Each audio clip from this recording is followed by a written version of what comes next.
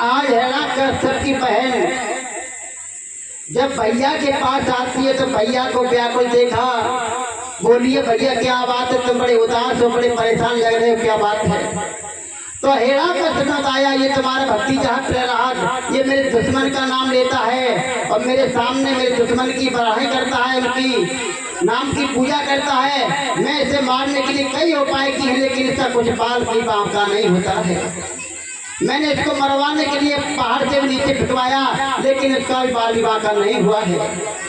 तो सिंह का कहती है भैया तुम चिंता मत करो, मेरे पास एक शीतला चीर है और तुम लकड़िया कंडा को एकत्रित करके उस पर हम प्रहलाद को लेकर बैठ जाएंगे और शीतला चीर को मैं ओढ़ लूंगी, उसमें अग्नि जलवा देना और अग्नि जलवा करके जब प्रहलाद जल करके राख हो जाएगा मैं जीवित बच जाऊंगा। सिंह का क्यों चाहती थी? अपने भैया के बेटा को मरवाना चाहती थी। क्या कारण था कि एक दिन सिंह का विप्रचिति के नाम के राजा से प्रेम करती थी। तो सिंह का ने विप्रचिति से कहा कि मेरे भाई तुम्हारे साथ शादी जब करेंगे कि आप मेरे भाई को युद्ध में परास्त कर दोगे, हरा दोगे।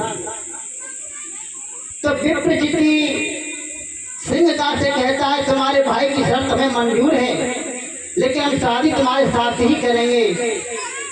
सिंह का विप्रचिति को ले जाकर के अपने भाई के सामने खड़ी हो जाती है। भाई हम इनसे प्रेम करती हैं, मैं इनसे प्रेम करती हूँ, मैं इनसे शादी करना चाहती हूँ और मैंने तुम्हारी शर्त इनके सामने रखी, ये तुम्हारी शर्त मानने को तैयार है, ये तुमसे युद्ध करने को तैयार है।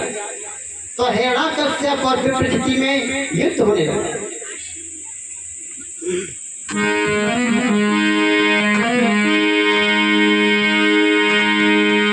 हरे परस्पर लड़े रहे रे दोनों और महाघोर संग्राम हुआ। गुरुदेव शास्त्र से कहते हैं पांच भारत संग्राम हुआ।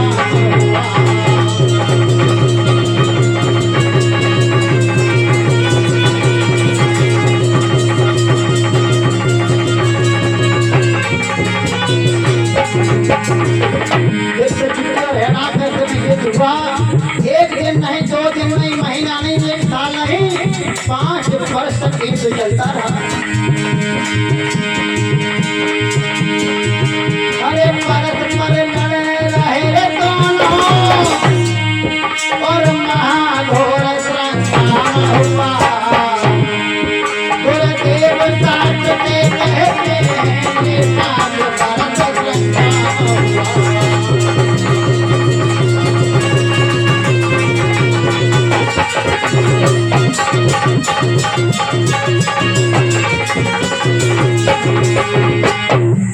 जब विप्रचिति ने युद्ध में हिरण्यकश्यप को परास्त कर देते हैं, हिरण्यकश्यप हार जाता है युद्ध में।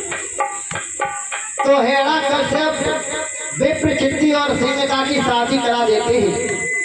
सिंहिका अपने पति के साथ अपने ससुराल के लिए चलती है तो रास्ते में काली माँ का मंदिर पड़ता है और रास्ते में जाती है और गुनगुनाती जाती है।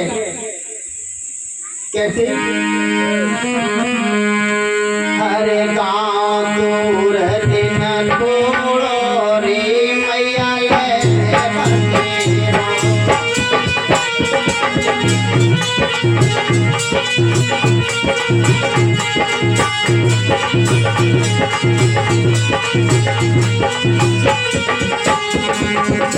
दादी को सेवा करने माता बहना तुम्हारी भजन है जब अल्लाह का भजन दिया है देखो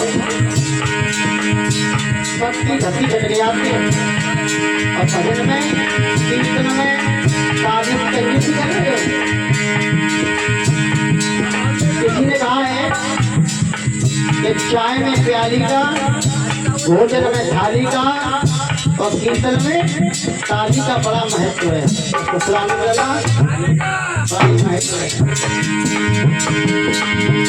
अरे कहाँ तोड़ देना तोड़े मैया ले बजे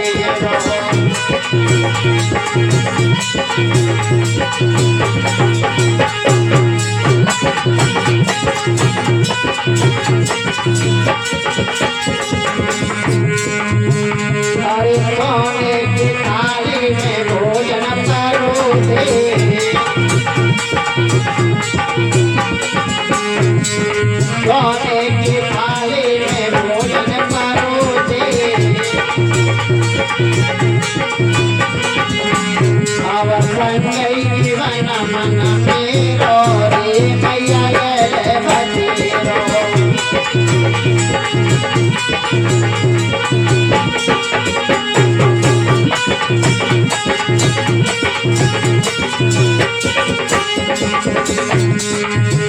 हरे गाँव सूरज न छोड़ो रे मैया ये बतेरो।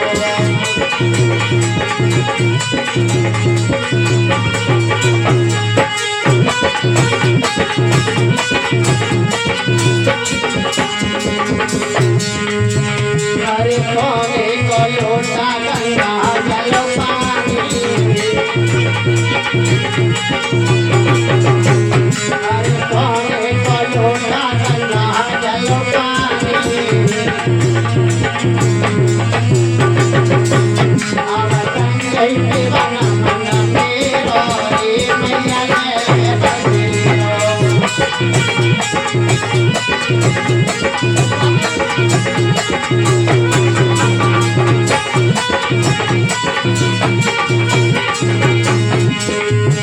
हरे गाँव सूरज न छोड़ो रे मैया ये बतेरो।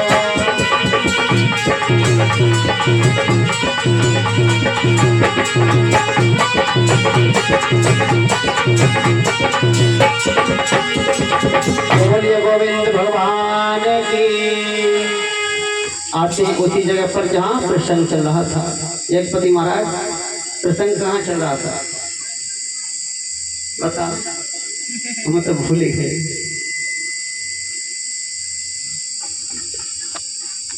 अरे दोनों लोग सोचा विचारी करते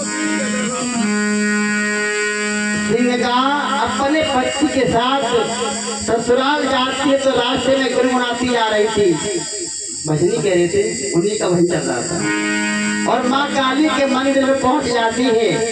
जब माँ काली के मंदिर में जाकर के सिंहगा और पति के साथ पूजा करती हैं तो उनके नाम का गुणानुवाद करती हैं। तो माँ काली प्रकट होकर के कहती है, बेटी मैं तुम्हारी भक्ति से प्रसन्न हूँ और मैं इतनी प्रसन्न हूँ कि तुम्हारी जोड़ी बहुत सुंदर है। तो माँ काली ने क्या बोला, माँ काली हंस करके बोली है और ये जोड़ी बहुत लुभाऊ है। अरे बिटिया इतना ध्यान रहे ये जोड़ी नाच जाऊ है।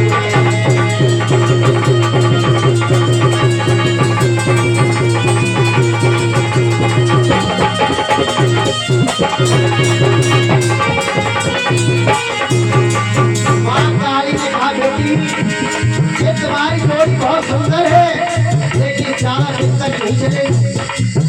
उनको मालूम था क्योंकि इसलिए हिरण्याकश्यप को पास कर दिया है तुम्हें और वो कुछ ना कुछ इसके साथ घात करने वाला है। माँ काली को मालूम था।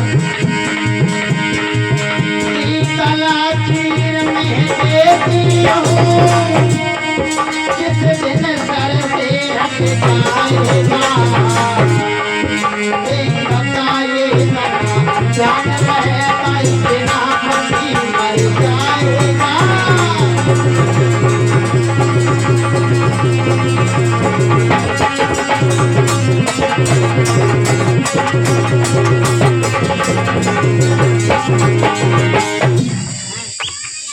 माँ काली ने कहा कि सिंहगा ये शीतला चीर मैं तुम्हें दे रही हूँ, जिस दिन ये तुम्हारे सिर से हट जाएगा उसी दिन तुम्हारा पति मारा जाएगा। आज सिंहगा अपने विप्रचिति पति के साथ घर पहुंच जाती है। इधर हिरण्याकश्यप को चैन नहीं पड़ रहा था क्योंकि जब विप्रचिति राजा ने मुझे हरा दिया है तो विष्णु को मैं कैसे मार सकता हूँ, उसे चैन नहीं पड़ा।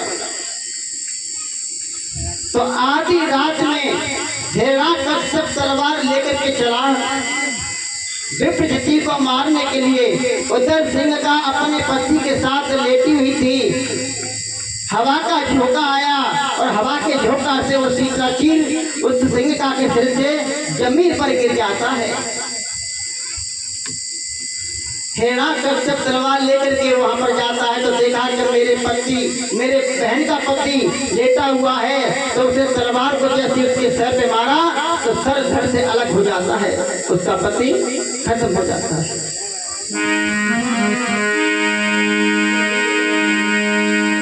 आज सिंहका अपने पति के साथ लेटी हुई थी, उसे नहीं मालूम था कि मेरे पति के साथ क्या हो गया है।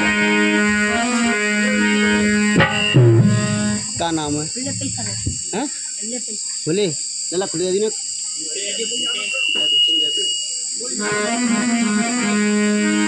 आज सिंहका को नहीं मालूम कि मेरे पति के साथ क्या हो गया है। तो सिंहका अपने पति के साथ लेटी हुई थी, सो रही थी। सिंहका पति संग सोवते हैं, इधर के सिरहाने बहिया।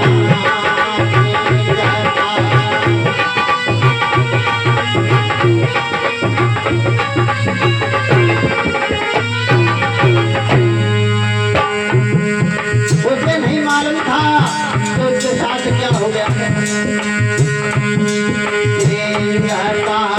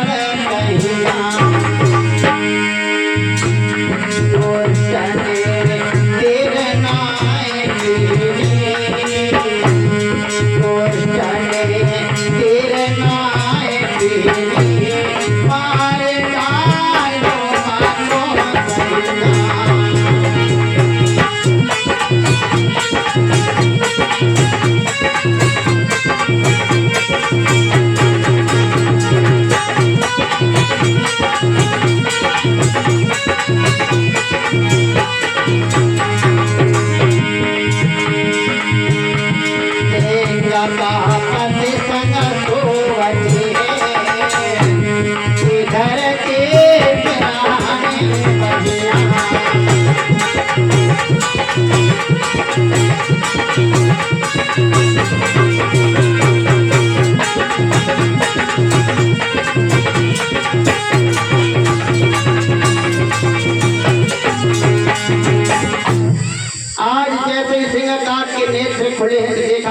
पति का सर धड़ से लग डला है, रोने लगी है, रुदन मचाने लगी है। कहती भैया तूने अच्छा नहीं किया, अभी तो मेरे हाथ की मेहंदी के रंग भी नहीं छूटे, मेरी देह की हल्दी भी नहीं छूटी और तूने मुझे विधवा कर दिया, अच्छा नहीं किया भैया। आज सिंहका अपने पति की लाश पर पास बैठ करके रोती है, रुदन मचाती है। वही कारण था, सिंहका अपने भैया का वंश मिटाना चाहती थी, क्योंकि एक दिन भी नहीं हुआ था शादी को हुए और हिरण्याकश्यप ने उसके पति को जान से मार दिया। इसलिए सिंहका अपने भैया का वंश मिटाना चाहती थी।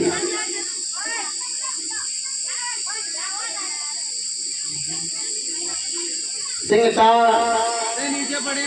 प्रहलाद को ले जा करके लकड़िया कंडा को एकत्रित करके उस पर ऊपर बैठ जाती है, अग्नि उसमें जलवा करके तैयार हो जाती है। सिंहका अपने ऊपर शीतला चीर ओढ़ करके बैठ जाती है। प्रहलाद उसकी अपनी बुआ की गोद में बैठा था और जैसे अग्नि जारी होती है तो प्रहलाद अपने भगवान विष्णु को याद करने लगा है। एक प्यारा सा भजन और उसके बाद कथा तो चली रही है।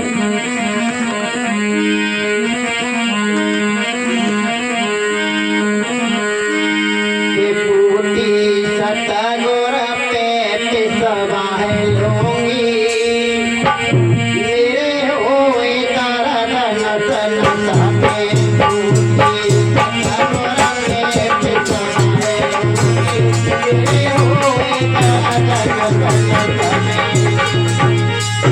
आनंद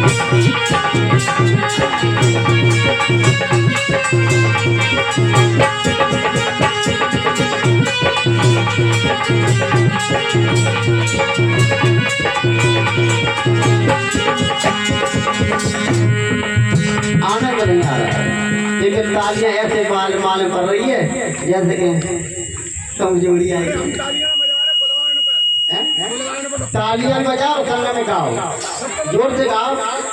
अगर कहूँ पड़ोस में लड़ाई है रही हो तो ये मानो तो दूसरे काम में आवाज पहुंचती है। हमारे कंडक्टर हैं? के हैंड फेंक दो तुम हम अकेले और आप बहना कितनी बताओ कितनी आवाज होगी। अगर 10% आवाज खोलोगी ना तो तुम्हारी 1000% हमारी 10% की आवाज है, सबसे 100 की गलती हो गई।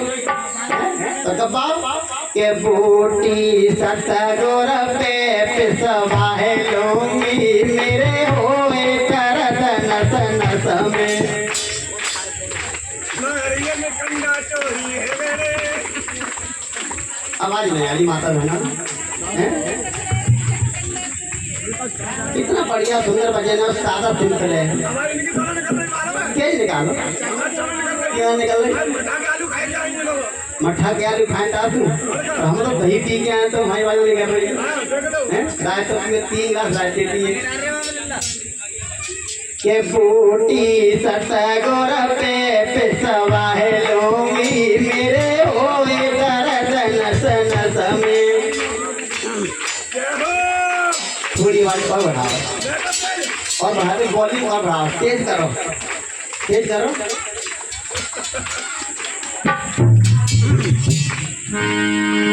के बूटी सतगुर पे पिसवा है लूंगी मेरे होए दर्द नस नस में।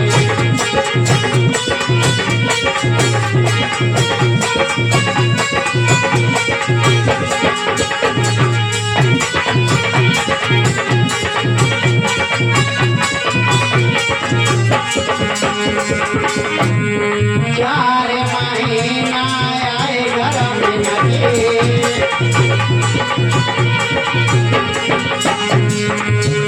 अरे 4 महीना आए घर में नगे।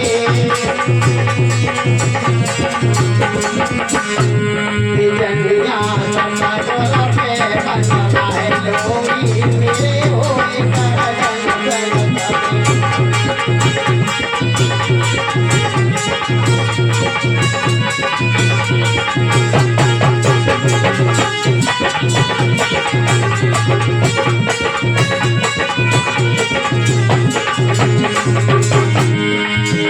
मेरे होए करत नस नस में, मेरे होए करत नस नस में।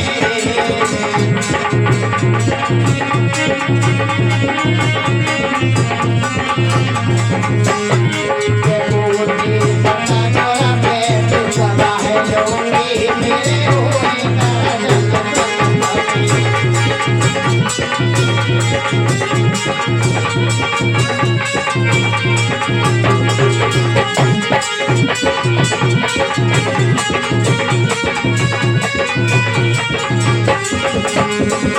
चार महीना आए बरसात के, 4 महीना आए बरसात के। छपरवा सतगुर पे पिसवा है लूंगी मेरे होए करत नस नस में।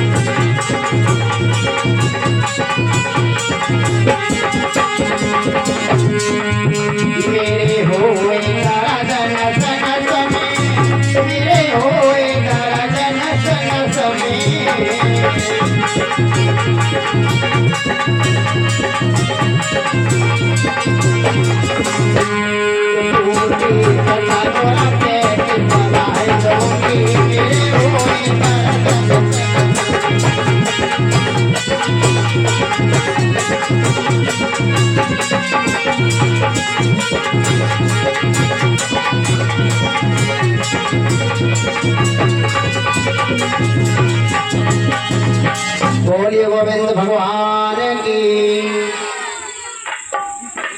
एक बात याद आ गई। एक गांव में कथा हो रही थी, तो व्यास जी महाराज जब कथा कह रहे थे तो एक मैया थी, तो एक मैया व्यास जी महाराज से पूछती, लला एक बात बताओ कि तुम 2 बजे से कथा पर बैठ जाते गद्दी पर और 6-7 बजे तक कथा बोलते रहते, तुम्हें भूख प्यास नहीं लगती? अम्मा भूख प्यास कहाँ लगती है, भगवान की भक्ति में इतने लीन हो जाते हैं तो भूख प्यास का नाम तो बहुत दूर, पानी की एक बूंद की भी इच्छा नहीं होती है। मैया ने कहा कि मैया बेटा अगर तुम्हारी इच्छा हो तो तुम्हारे के लिए दूध ले आओ, कहना पियन के लिए। अम्मा ठीक है तुम्हारी इच्छा है, वहाँ भाव है तो हमारे के लिए ज़्यादा ना है, 1 लोटा में आधी किलो दूध ले आओ करिए लोटा में। तो दूसरे दिन मैया लोटा में दूध ले आई अपने साथ। तो व्यास जी महाराज बैठे नहीं थे उस समय पर, तो कुछ देर मैया अपने दूध को लोटा ना अपने साथ में रख लेती बड़ी संभाल के। तो कुछ 10-15 मिनट के बाद व्यास जी महाराज अपने व्यास आश्रम पर मंच आसीन होते हैं।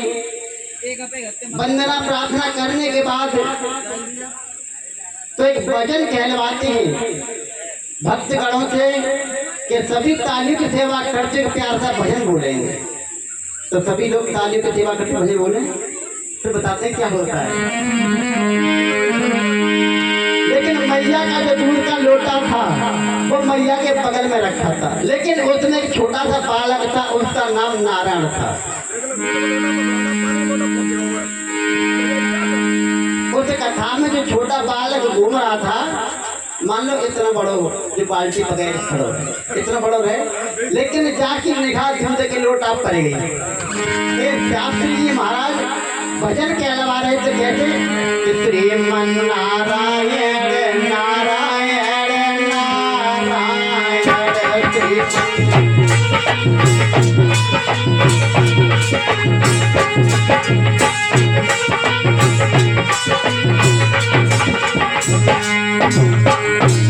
महाराज बहन भजन करवा रहे हैं, भक्तगणों से ताली की सेवा करवा रहे हैं, ताली की सेवा करो भजन बोलो।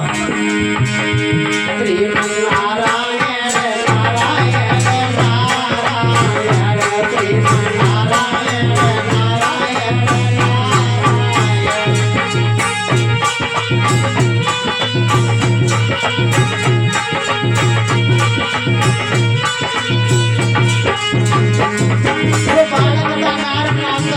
जिसका नाम बालक का नारायण था, बाप की निगाह दूध के लोटा पर गई।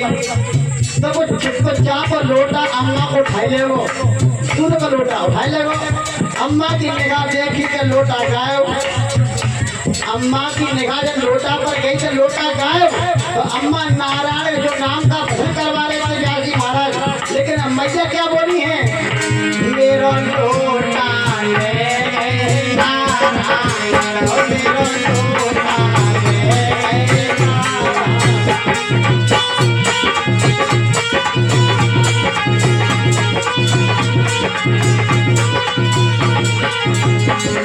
तो मैया ने भजन गाया, तो मेरा लोटा ले गए नारायण। तो बालक ने देख लिया कि लड़का मैया ने मुझे देख लिया है। तो वो छोटे से बालक का दूसरे को पी के खाली लोटा मैया के पास फेंक रखेगा चुपचाप, देख ना पाए मैया ने। लेकिन व्यास जी महाराज भजन कहला रहे थे, श्रीमन नारायण नारायण नारायण श्रीमन नारायण नारायण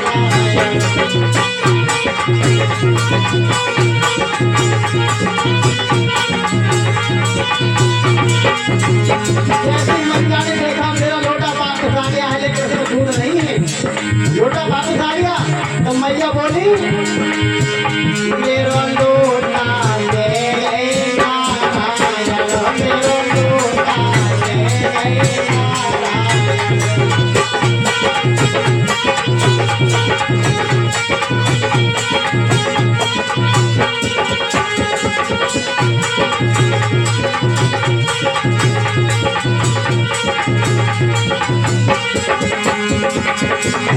गोविंद भगवान की। अपनी वाणी के ही विराम देते हैं। अब आगे की कथा हमारे गुरुदेव के मुखार से सुनेंगे। ठीक है, एक प्यार सा जो जयकारा, बोलिए गोविंद भगवान की।